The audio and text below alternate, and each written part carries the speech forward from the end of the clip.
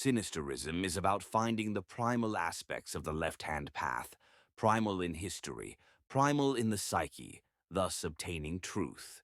Thomas Leroy.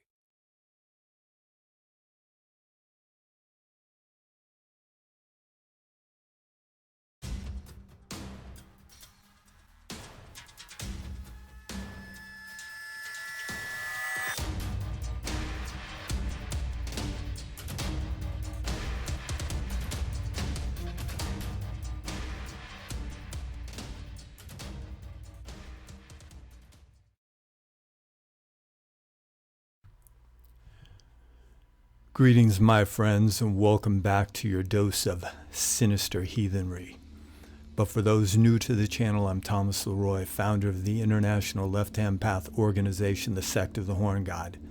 The sect is an educational foundation created to not only make those with a black flame aware of its glow, but to also restore the shadow aspects to the ancient gods by going deep into the past, not only historically, but also psychologically. For the primal depths of the psyche are limitless. So, if this sounds interesting, make sure to like, share, and subscribe. And if you want to learn more, join the organization, the Sect of the Horn God, at the link down below. Thank you.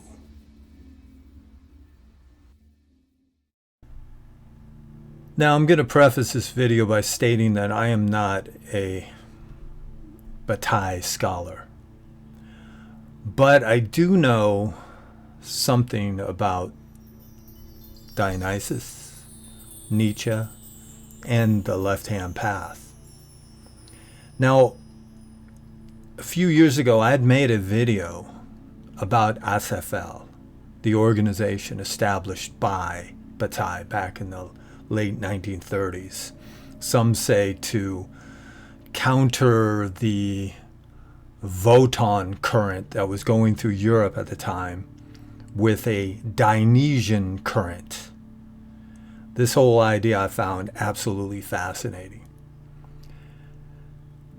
At the end of that video, I asked the question, or I posed the question, was Acephale, the organization, this quasi-occultic organization, left-hand path? Now, in the following video, I'm going to attempt to answer that question.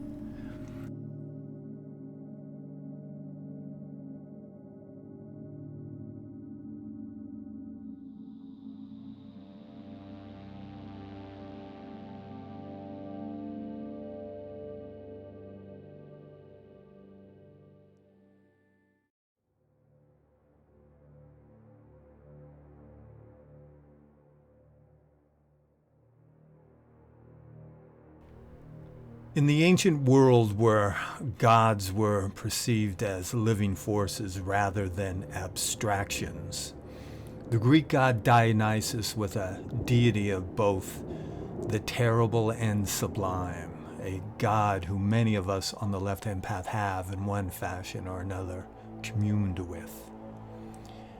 Even though the left-hand path is considered evil by the status quo, it is in truth a philosophy of radical individualism, the rejection of convention, and an exploration of the chaos within the abyss. Thus, there is a connection between the path and the ancient cult of Dionysus, for it too was an exploration of the chaos within, where one encounters the raw, primal self, a self free from the chains of morality and structure. And it's in this sacred rebellion that Dionysus finds his truest expression, for he is a god not to be worshipped in a conventional sense, no, but one who challenges us to face the very nature of existence itself. His rites, the orgiastic celebrations, the wild music, the madness and intoxication aren't excuses to get fucked up, or they weren't excuses to get fucked up, but rituals of spiritual rebirth. To enter the realm of the Dionysian is to confront the darkness within in order to become something else. And within this primordial state that lies somewhere between the divine and the grotesque, reality collapses. And it's in those shadows you'll find the French philosopher and writer Georges Bataille and his organization Acephale.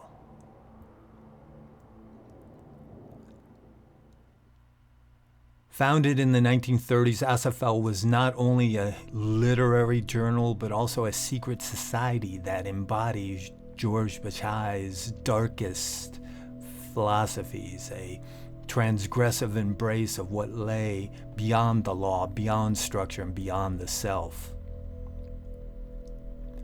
Taking much from Nietzschean philosophy, he aimed to create a new radical form of individualism free from societal constraints.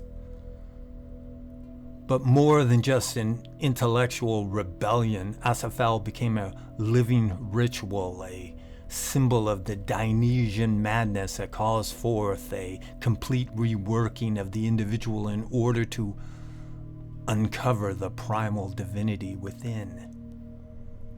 It's here in the collapsing of the sacred into the profane and the chaos that dissolves the conventional self that Bataille's vision brings about its most vital expression. He wasn't simply a bookish intellectual. He believed in the importance of experience, physical, raw, violent experience. His work in the realm of the sacred, the obscene, and the violent, especially his writings on eroticism, mysticism, and transgression, were attempts at urging the individual to confront the dark and ecstatic void where all human concepts of order and morality fail. Thus, Acephale, the secret society that would forever bind his ideas with the flesh, was not a passive intellectual pursuit. It was a commitment to live by, engaging in experiences so unruly that it could only be called a dark, sacrificial journey into the abyss. Acephale, meaning headless, no God, also refers to the removal of the mind, the rational consciousness that Bataille saw as the prison of the human spirit. In the act of severing the head, there's a denial of the intellect and the formal boundaries of identity. As he saw it, to be headless is to embrace the void and absence that becomes the only real place of freedom. The headless God is not a figure of defeat, but of transcendence, embodying the death of the sheep-like self that must come before any real transformation takes place. Thus, the goal of Acephale was not to worship any man or deity, but was a direct expression of Bataille's fascination with the sacredness of violence and eroticism. His work was obsessed with the idea that the only authentic form of freedom could be achieved through the destruction of the old self to bring about the new. He believed the truth behind objective reality was buried within chaos, within the taboo, within excess. His involvement with Acephale, as with his writings, was a way to experience a freedom that lies beyond social boundaries and the moral frameworks of modernity. And here's where Bataille's philosophy intersects with the Dionysian. For Dionysus embodies the sublime madness of life itself, the divine intoxication that offers liberation only through a complete surrender to the senses. He who, like the Hindu god Shiva, breaks down the walls of consciousness. For Bataille, Dionysus represented more than a figure of myth. He was a living force, a catalyst for spiritual and emotional transgression, a god of the left-hand path. Dionysus, like Acephale, represents the journey beyond the self, the plunge into the darkness where all that is familiar, objective reality, our sense of order, our mundane identities, is annihilated. And in this annihilation, something even more profound is created, the pure, raw essence of being. What Dionysus offers is the chaos of experience, the shedding of identity in favor of something much greater, a union with the primal forces. To follow his lead is to walk the left-hand path, a journey that demands the destruction of the old, mundane self to discover what lies beyond the veil. So, I asked the question, was Acephale on the left-hand path? It sure the hell appears to be, because Bataille's work is not merely about rejecting conventional morality or seeking forbidden pleasures. It's a pursuit of the raw, primal experience of life without the filter of societal constraints. It's about the death of the old and the emergence of a new form of existence, one that is both terrifying and liberating in its intensity. The philosophy of Acephale was not about engaging with external entities, but instead embracing the chaotic, irrational, and violent nature of existence in order to transform the self in the image of an elemental, untamed God. And it's through rituals that the most radical ideas are brought to life, through experiencing the transgressive, which has nothing to do with adhering to any traditional notions of divinity. Instead, it's through the experience of divine excess, a union with forces beyond the comprehension of the rational mind.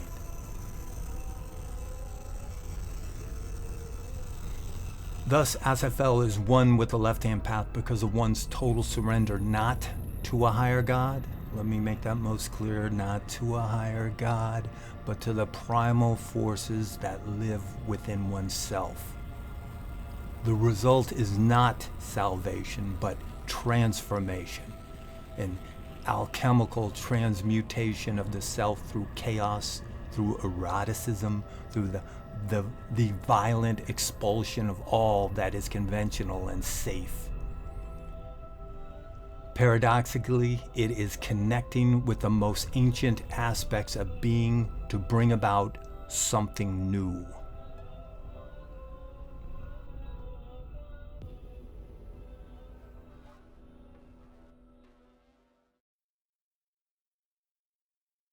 In conclusion, Acephale was not a pursuit of utopia nor an escape from the suffering of the world. It was a radical expression that demanded the annihilation of the conventional self so that something much greater, much more primal could emerge.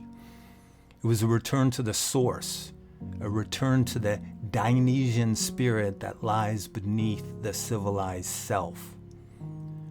For Bataille, Dionysus was not merely a god of excess, he was the very spirit of freedom, of transgression, and of the ecstatic journey into the void that awaits us when we strip away everything that binds us to the world.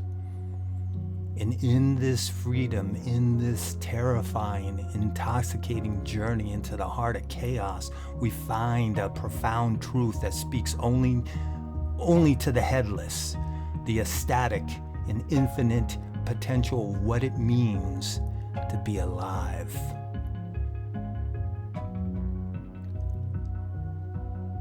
Until next time.